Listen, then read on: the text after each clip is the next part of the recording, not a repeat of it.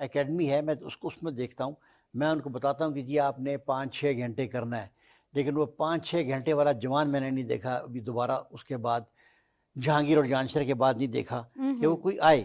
Talent بہت ہے، بہت ٹیلنٹ ہے، اتنا ٹیلنٹ ہے دنیا میں کتنا، کہیں بھی اتنا ٹیلنٹ نہیں ہے جو ہمارے پاس یہاں موجود ہے. لیکن ٹیلنٹ کو تو آپ نے جب تک اس کو آپ نے نکھارنے کے لیے ٹریننگ، محنت، self practice, running, speed, strength, یہ آپ نہیں کریں گے. جی اب کا جو بچہ ہے وہ سوتا رات کو 2 بجے ہے، وہ اس کو آپ چاہے مار لیں، جو مرضی کر لیں، موبائل چھین لیں تو گھر سے بھاگ جائے گا. وہ مطلب وہ لائف سٹائل بھی وہ چینج یہ ہو اس گیا ہے نے- نا، ہاں، یہ اس بھی نے- میٹر کرتا ہے. سسٹم پورا چینج ہو گیا. ہاں جی ٹھیک ہے. میرے ایک لائف میں ایک ڈسپلن تھا جو میں نے اس وقت شروع کی، میں آج بھی اس ڈسپلن پہ قائم ہوں. میں جی. دنیا کے ہر حصے میں اپنے اس ڈسپلن کو میں نے اپنے ساتھ رکھا ہے کہ میں صبح 4-4:30 بجے اٹھتا ہوں. صبح میں نے جا کے ٹریننگ، نماز کے بعد میں نے ٹریننگ کرنی ہے، اور رات کو میں نے 9-9:30 بجے سو جانا ہے. 7 بجے میرا ڈنر ہے. 99% میں نے ڈنر رات کو 7 بجے کیا ہے. اکا دکا ہو گیا ہوگا کہیں میں 8 بجے کھایا. یا میں بچوں کو بتاتا ہوں، یہ میری ایڈوائز ہوتی ہے بچوں کو، کہ میں کبھی، مجھے یاد نہیں ہے کہ میں کبھی اٹھا ہوں میری آنکھ کھلی اور میں نے دیکھا ہو کہ اوہ 8 بج گئے یار. تو قمر زمان صاحب سوال ہی پیدا نہیں ہوتا. یہ جو اسپیشیز تھی، میں اس لیے کہوں گا یہ جو نو ہے کہ قمر زمان، جہانگیر خان، جہانشیر خان، یہ کیوں کھلاڑی پھر اس کے آنا بعد اس کے بعد ختم ہو؟ یہ کوئی خاص وہ ایک نو پیدا ہوئی تھی کہ نہیں ان لوگوں نے جتوانا ہے اس کے بعد بس اس کے بعد فل سٹاپ لگانا ہے؟ میں ابھی بعض اوقات اگر یہ بات کرتا ہوں تو میں سمجھتا ہوں اس چیز کو، میں اس چیز کو سمجھتا ہوں. ٹھیک ہے. میں ایک دفعہ، وہ بچے میرے لیٹ اسکول سے، میں ان کو 10 منٹ لیٹ گیا اسکول سے لینے کے لیے. ایک فرلانگ پہ اسکول ہے، تو انہوں نے بڑی خفگی کا اظہار کیا. گھر میں داخل ہوئے تو دروازے کو مارا اور اندر جا کے رو رہے ہیں. تو ماں ان کی بولتی ہے کہ کیوں، کیا؟ میں نے کہا 10 منٹ رش میں پھنسا تھا، لیٹ ہو گیا. اور میں نے کہا یہ مجھے جو حرکت ان کی پسند نہیں آئی، کل سے یہ پیدل جائیں گے اور پیدل آئیں گے. ٹھیک ہے. میں نے کہا میں تو 4 میل پیدل جاتا تھا اور 4 میل پیدل آتا تھا، اور یہ ایک فرلانگ نہیں جا سکتے.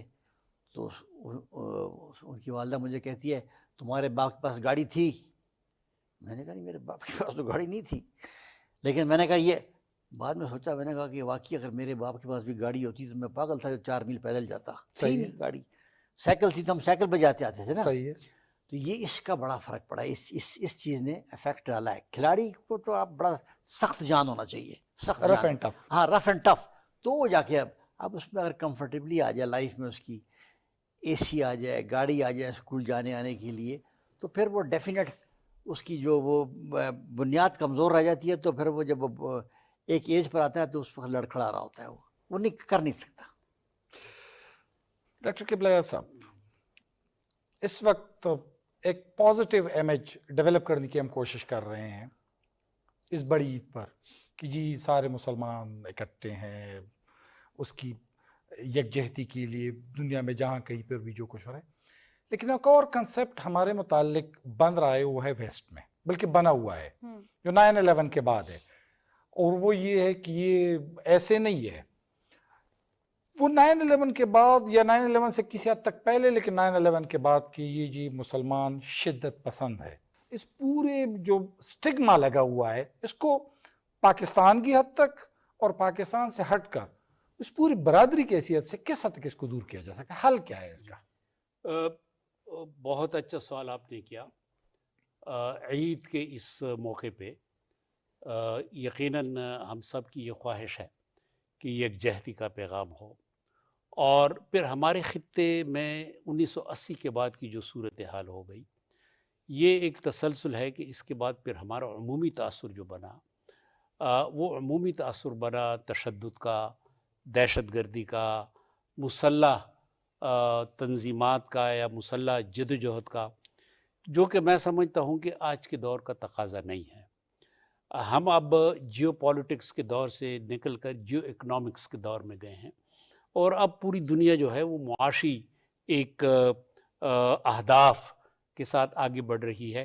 جس ملک کی معیشت بہتر ہو اسی ملک کی عزت ہوتی ہے. میں ابھی کچھ مہینے پہلے پرتھ میں تھا آسٹریلیا میں، تو وہاں مسلمانوں کی ایک بہت بڑی تعداد ملی، انہوں نے رابطے بھی کیے، اپنے گھروں میں بھی لے گئے، ان کے سکولز ہیں بہت زبردست، وہاں بھی لے گئے. وہ یہی کہہ رہے تھے پاکستان کے حوالے سے، وہ یہ کہہ رہے تھے کہ ہمیں شناخت میں بڑی مشکل ہوتی ہے، کیونکہ مثلاً قطر کی شناخت ہے تو قطر کی شناخت قطر ایئر ویز کے ساتھ ہے. بالکل صحیح. قطر کی شناخت مثلاً طالبان اور امریکہ کے درمیان دوحہ مذاکرات کی صورت میں ہے. پھر فیفا بہت بڑا ایونٹ اس کے حوالے سے ہے. ہمارا جو یہاں پہ ہماری شناخت ہے وہ ہے مثلاً مسجد کے اوپر حملہ، مثلاً چرچ کے اوپر حملہ، مثلاً آپس میں لڑائیاں. تو یہ مسئلہ آپ نے بالکل صحیح بتایا. میں سمجھتا ہوں کہ ریاست کو اس سلسلے میں آگے آنا چاہیے، اور ریاست پیغام پاکستان کی صورت میں آگے آئی بھی ہے اور اس کا فائدہ بھی ہوا ہے. لیکن ہمارے جو آس پاس خطے کے اندر کے جو مسائل ہیں ان مسائل کو حل کرنے میں اگر ہماری مدد ہو جائے، اور میں سمجھتا ہوں کہ اس وقت بڑی ذمہ داری جو ہے دوحہ معاہدے کے بعد افغانستان کے اوپر ہے.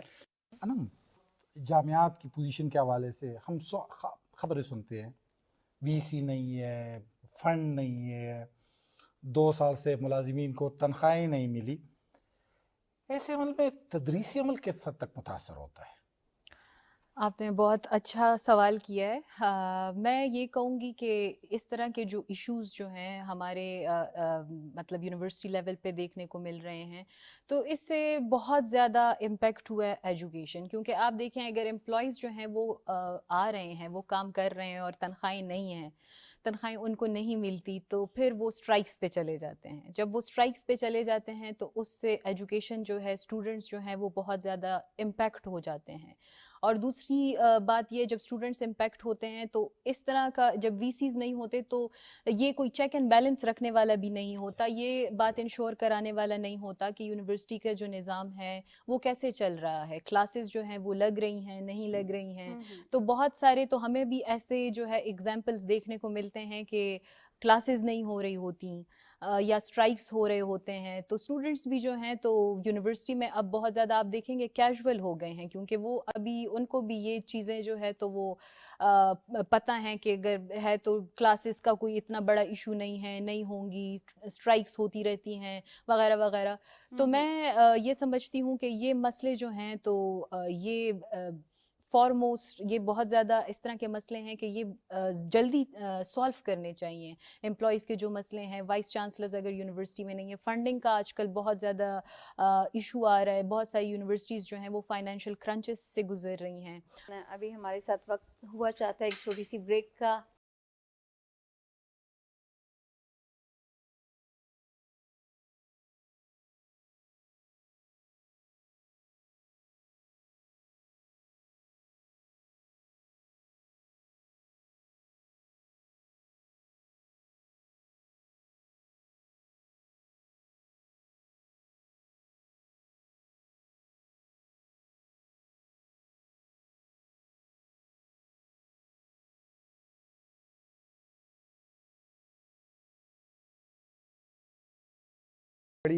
بڑی خوشیاں. ڈاکٹر قبلہ یاز صاحب، اسلامی نظریاتی کونسل کے سابق چیئرمین، یہ بتائیں کہ یہ جو وائس چانسلر بھی آپ رہ چکے ہیں پشاور یونیورسٹی کے، اس کے بعد آپ اسلامی نظریاتی کونسل کی جانب آپ کا سفر شروع ہوا.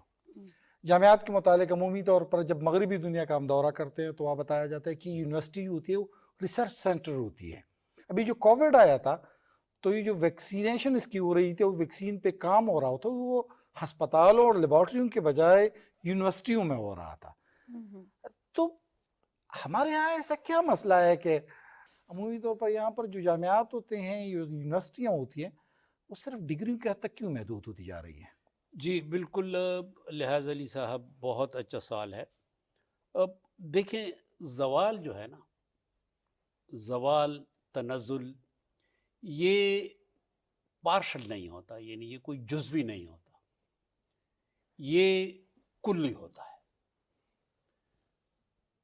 اس کا مطلب یہ ہے کہ جب آپ کا جسم بیمار ہو تو اس میں یہ نہیں ہوتا کہ آپ کا صرف مثلا ناک کی تکلیف ہوتی ہے، کان کی تکلیف ہوتی ہے، نہیں، آپ کا پورا جسم جو ہے وہ تکلیف بے قرار ہوتا ہے.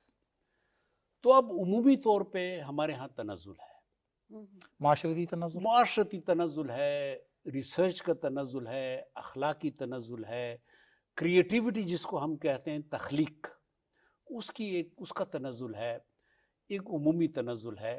تو وہ تنزل جہاں ہمارے ہاں اور اداروں میں ہے وہ ہماری جامعات میں بھی ہے، ہونا نہیں چاہیے، بہتری کی گنجائش بہت ہے۔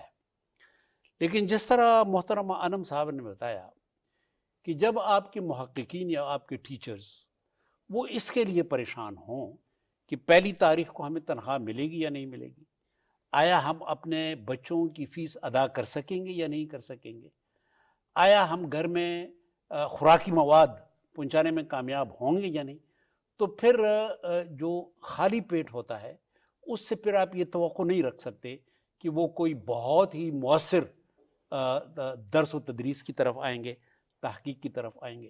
ایک تو یہ بات ہے۔ دوسری بات یہ ہے کہ تخلیق کا ایک طریقہ ہے ہمارے ملکوں میں سمجھتا ہوں کہ تخلیق کا طریقہ جو ہے وہ ہمیں چین سے سیکھنا چاہیے۔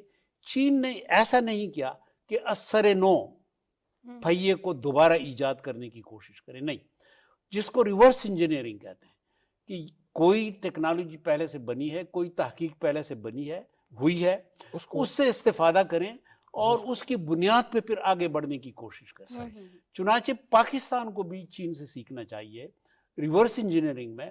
آلریڈی ریسرچ میں مغرب اور دیگر ممالک بہت آگے جا چکے ہیں، ہم نے اس سے سیکھنا ہے اور پھر اپنی قوم کے مفاد کے لیے اس کو استعمال کرنا ہے۔ اب مثلاً گاڑیاں ہیں، مثلاً ٹیکنالوجی ہے، مثلاً اور بہت ساری چیزیں ہیں۔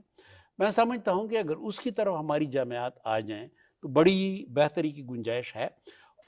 قمر زمان صاحب، آپ کو شامل گفتگو کرتے ہیں، یہ بتائیے آج کل کی سپورٹس کو آپ کس نظر سے دیکھتے ہیں؟ یا جس طرح ہم نے بڑے بڑے نام دیکھے ہیں اسکواش میں، مطلب آج کل وہ آ بھی نہیں رہے اس طرف، یا بچوں کا انٹرسٹ نہیں ہے، کس چیز کی کمی نظر آ رہی ہے؟ میں نے ہمیشہ پلیئر کو قصوروار ٹھہرایا اس کا، کیونکہ وہ محنت نہیں کرتا۔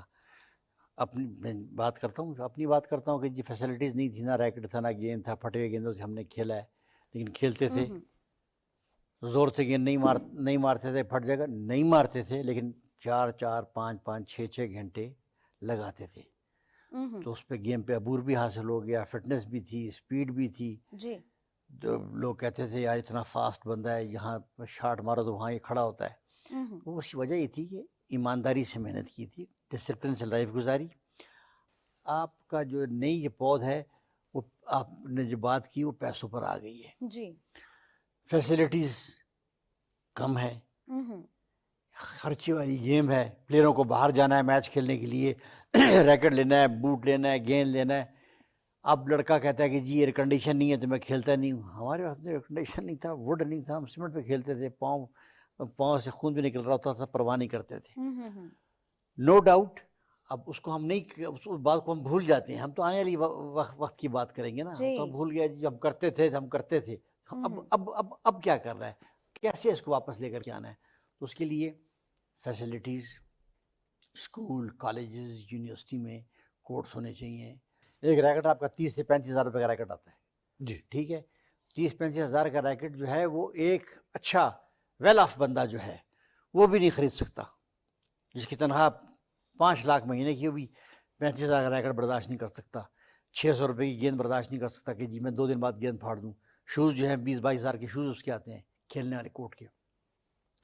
بذات کورٹ خود اتنا مہنگے اگر آپ کورٹ بنا دیں تو ایک کورٹ کم از کم اگر آپ سمپل سا بھی کورٹ بنائیں گے تو 50-60 لاکھ کا ایک کورٹ بنتا ہے آپ کے لیے۔ پھر اس میں آپ کی فیسلٹیز ہونی چاہیے، اس کی صفائی کے لیے بندہ جو ووڈ ہے اس مطلب ہے خرچہ مانگتا ہے۔ اور پھر اگر 1 یا 2 کورٹ آپ نے بنا دیے تو پھر کس کو کتنا ٹائم دو گے؟